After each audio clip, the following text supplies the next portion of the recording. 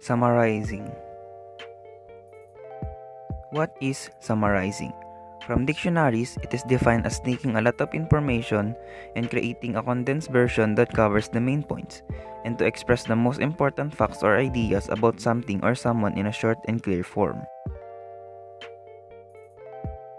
Here are some various techniques in summarizing a variety of academic texts. 1. Read the work first to understand the author's intent. 2. One of the summarization techniques you can do is to present information through facts, skills, and concepts in visual formats. 3. To avoid difficulty, you need first to know the main points and the supporting details. 4. You need to analyze the text to save time in thinking what you will do. 5. Think what information you will put in your summary. 6. One of the best things to do in auto-summarizing is restating the words in different one. 7. You will fully understand what the document is when you organize all ideas. 8. One of the things you can do is to write down all information in a coherent and precise form. 9. You can also decide to present information through using dimensional constructions in representing concepts, skills, or facts. 10. Paraphrasing is one of the skills you can do in writing a summary. 5 easy techniques in summarizing various academic texts. Technique 1. Somebody wanted but so then. Somebody is who is the story about. Wanted is what does the main character want. But is to identify a problem that the main character encountered. So is how does the main character solve the problem. Then is tell how the story ends. Technique 2 is SAAC method. State name of the article, book, or story. Assign the name of the author. Action, what is the author doing? Example, tells or explains. Complete the sentence or summary with keywords and important details. Technique 3, 5 W's and 1 H. Who is the story about? What did they do? When did the action takes place? Where did the story happen? Why did the main character do what he or she did? How did the main character do what he or she did? Technique 4. First, then, finally. First is what happened first. Include the main character and main event or action. Then is what key details took place during the event or action. Finally is what were the results of the event or action. Technique 5 is give me the gist. In other words, they want a summary, not a retelling of every detail in the story or text.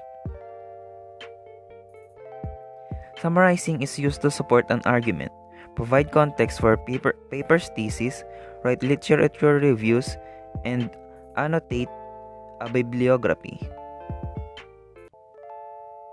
Thank you for listening.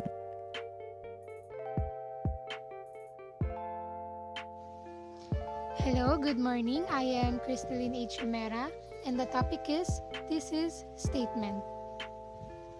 So first, what is a thesis statement? The goal of a thesis statement is to let your reader know what your paper or essay is about.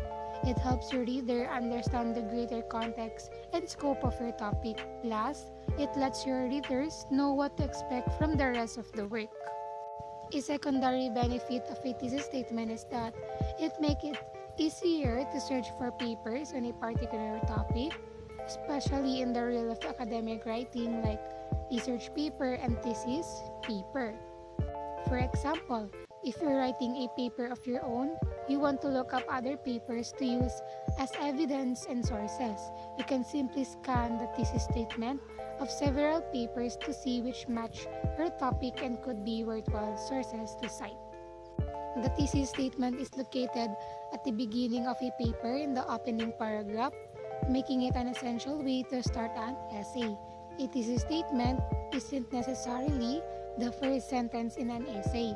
Typically, you want to hook the reader in an engaging way in the opening sentence before inserting your central idea or argument in the first paragraph. A thesis statement is often confused with a topic sentence, the first sentence in a paragraph, because they both introduce the central idea of what follows. You can think of thesis statement as the topic sentence of your entire paper. Now, how to write a thesis statement? First, state your topic. Your topic is the essential idea of your paper. It is usually a few words or a phrase that summarizes the subject of your paper. For your thesis statement, try to make your topic as specific as possible. And second, state your main idea about this topic. What are you trying to state or prove about your topic? What are you trying to persuade the reader to believe? When stating your opinion, be sure to express one major idea, name the topic, and assert something specific about it. Take a stance on an issue that you can support with facts and reasons. State your position on opinion about the issue. And third, give a reason that supports your main idea. Write your reasons as a clear statement. Be sure that you can support these reasons with logical facts and evidence. And fourth, give another reasons that supports your main idea. Also, write your reasons as a clear statement. Be sure that you can support these reasons with logical facts and evidence. Fifth, give one more reasons that supports your main idea. Tell us one reasons that supports your opinion. Write your reason also as a clear statement. Be sure that you can support these reasons with logical facts and evidence. And lastly, include an opposing viewpoint to your main idea if applicable. A good thesis statement acknowledges that there is always another side to the argument, so include an opposing viewpoint. Basically, write down what a person who disagrees with your position might say about your topic. Now the question, where does a thesis statement go? Your thesis should be stated somewhere in the opening paragraphs of your paper, most often as the last sentence of introduction. Often, a thesis will be one sentence, but for complex subject, you may find it more effective to break the thesis statement into two sentences. And last, the thesis provides direction to help the writer keep their paper organized. Second, having a well-crafted thesis statement helps the reader understand the main idea of the essay. The thesis statement sets the reader up for the rest of the essay. Thank you for listening. Now we will learn about outlining. Before writing your sentences and paragraphs, you need to write an essential tool for writing, and that is outlining. First, let's define what is outlining. Outlining is a tool we use in the writing process to help organize our ideas, visualize our paper's potential structure, and to further flesh out and develop points. It allows the writer to understand how he or she will connect information to support the thesis statement and the claims of the paper. It is a helpful guide in organizing your paper. Outline gives a visual structure to your work and they use to show relationships and hierarchies within your content.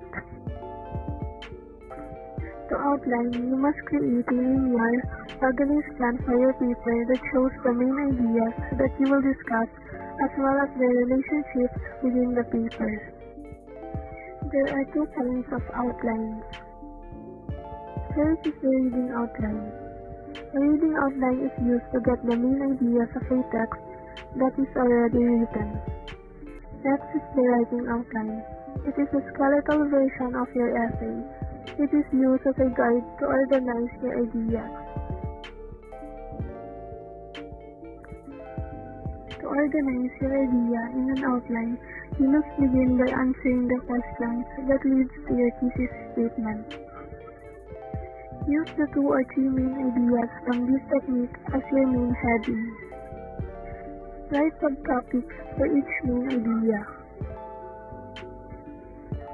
Write the supporting details for each of the subtopics. Here are some guidelines in writing an outline. Place the title at the center above the outline. An outline uses the combination of labels and indentation to show how ideas are organized. Every level of the outline must have at least 2 items. Roman numerals are used to label main ideas. Under each main idea, capital letters are indented at one level and used to label the supporting ideas.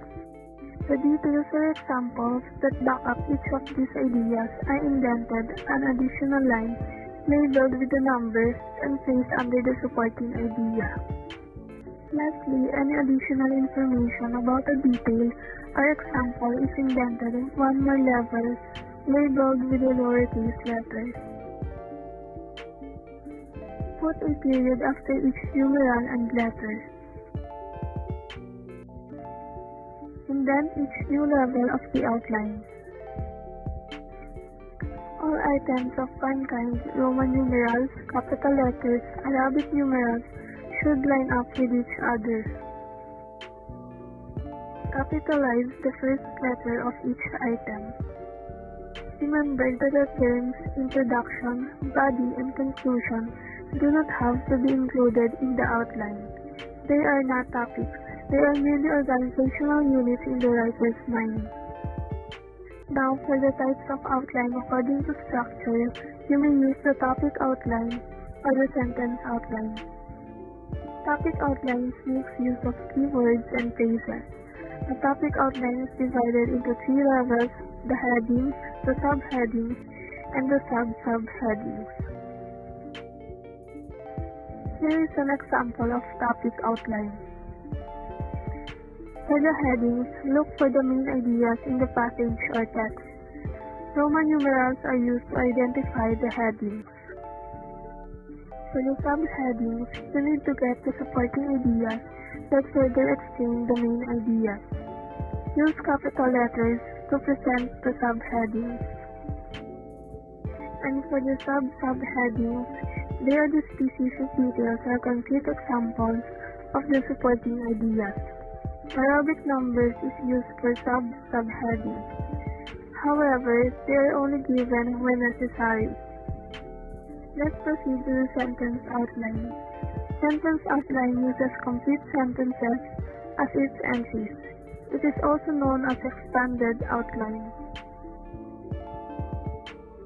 Here is an example of sentence outline.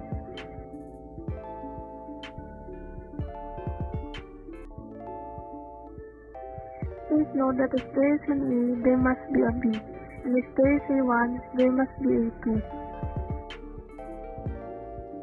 Remember that an outline, also called as hierarchical outline, organizes materials hierarchically and sequentially by classifying the main topics, subtopics, and the supporting details. Outlines allow you to group materials by similar contents or content and put them into a logical order. Thank you for listening. I hope that you learn and remember the important details of this topic.